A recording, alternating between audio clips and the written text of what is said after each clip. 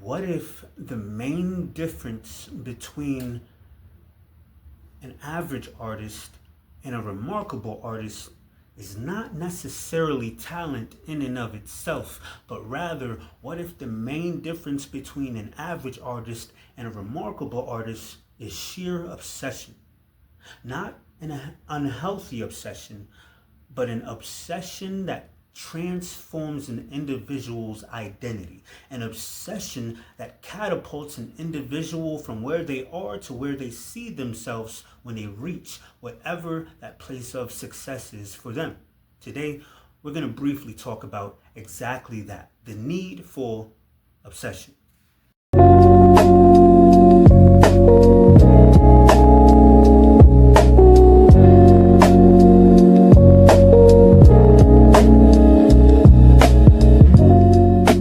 Now, according to Google, the definition of an obsession is a persistent, powerful, and often unreasonable idea or feeling that completely dominates a person's mind. It refers to the state of being overwhelmingly fixated on a specific thought, person, or desire to the point where it becomes difficult to think about anything else. Now, the part I want to hone in on is a persistent, powerful, and often unreasonable idea or feeling that completely dominates a person's mind. When I see that, a thought that completely dominates a person's mind, to me, that's letting me know that whatever is on this individual's mind, more than likely 9 times out of 10, it's going to reflect in their physical world.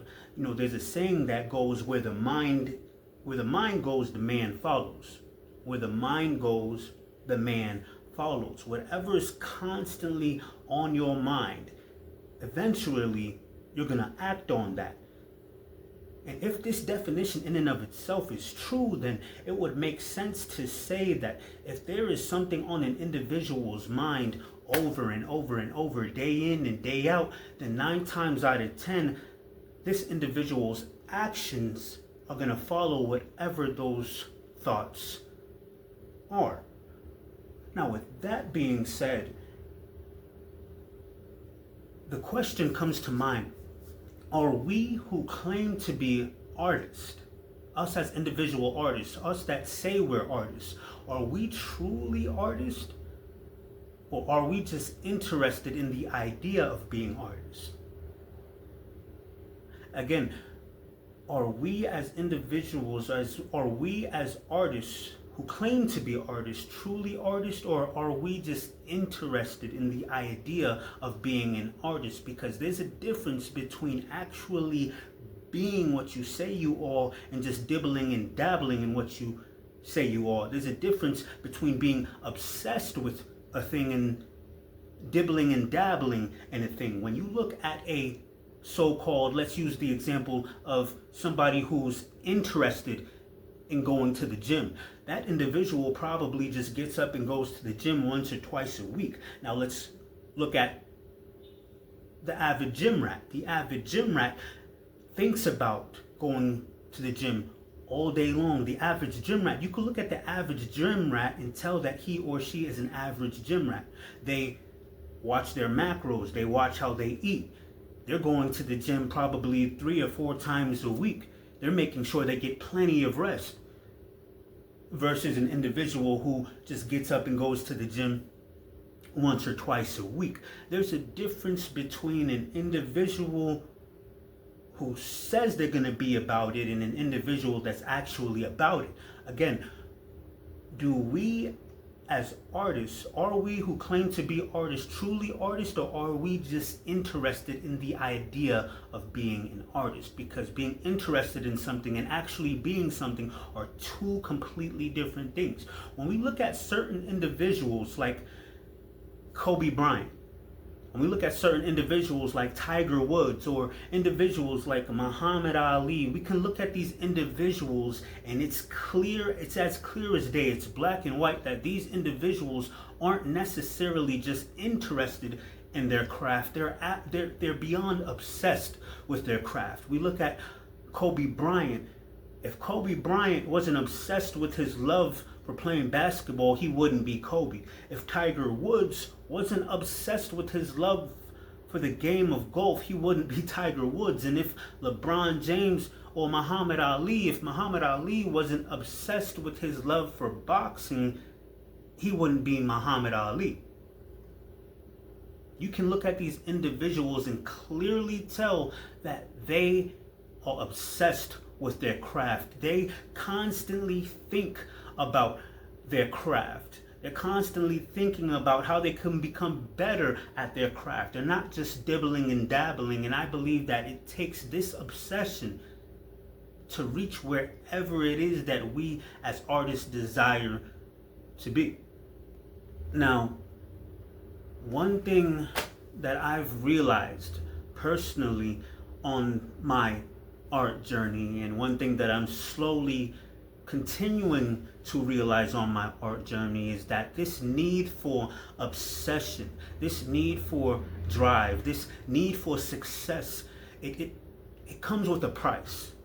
I mean, doesn't everything come with a price? But this need for obsession, I'm starting to realize that it absolutely does come with a price. As an artist, sometimes that price may be saying no to going out partying. That price might be spending a lot less time scrolling on Facebook, or just scrolling on Instagram, or just randomly scrolling on TikTok for no apparent reason until I'm stuck scrolling for 1 or 2 hours and I've killed a whole lot of my time.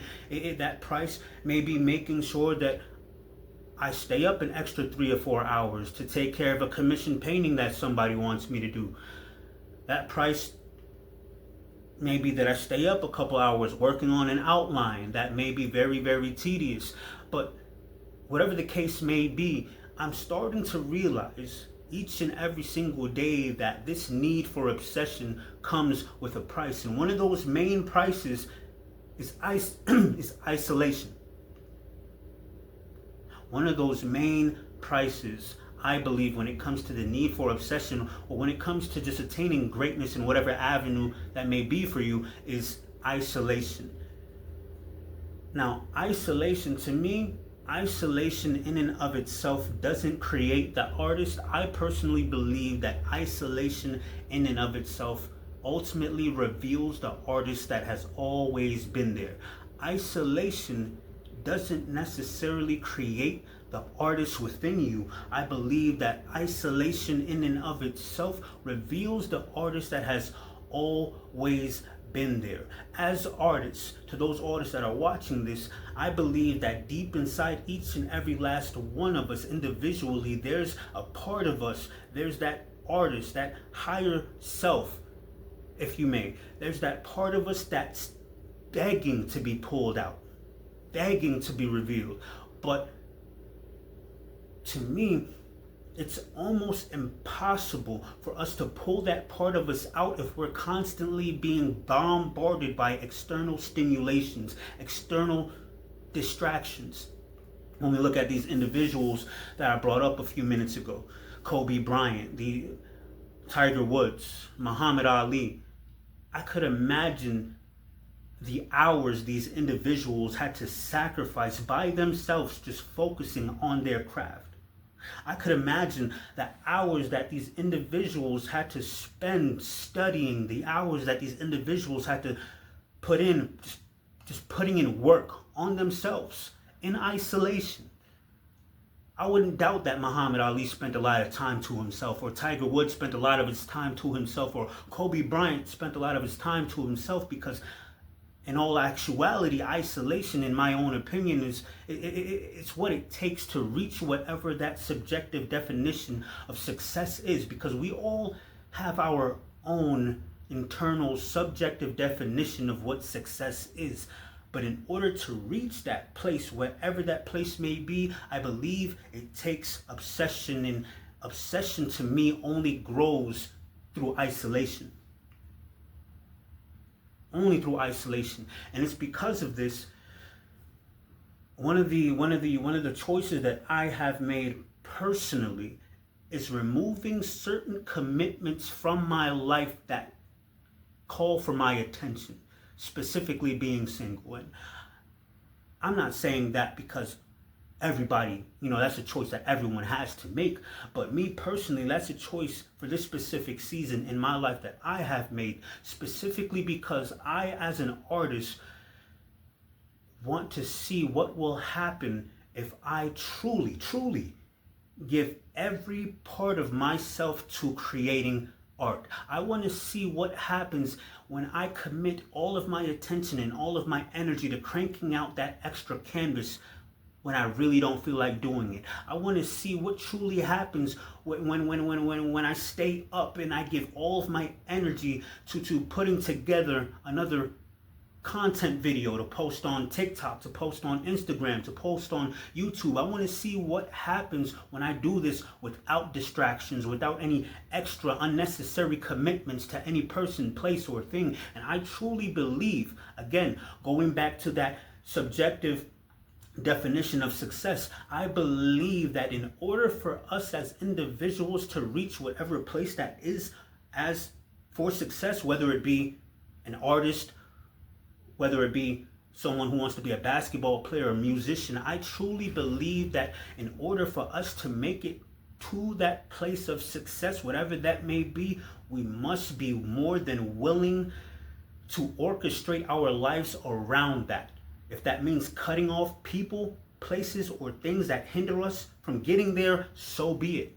Whatever it takes. Whatever it takes. And I am more than willing personally to put everything that I can towards becoming the artist that I was placed here to be. And I honestly believe that you that are watching this, whatever dreams that you may have, you can get there. Are you willing to become obsessed to get there? Are you willing to cut off all distractions to get there? Are you willing to go 10 toes down 100% on those goals and on those dreams? Because the only person holding you back is yourself. Peace and love.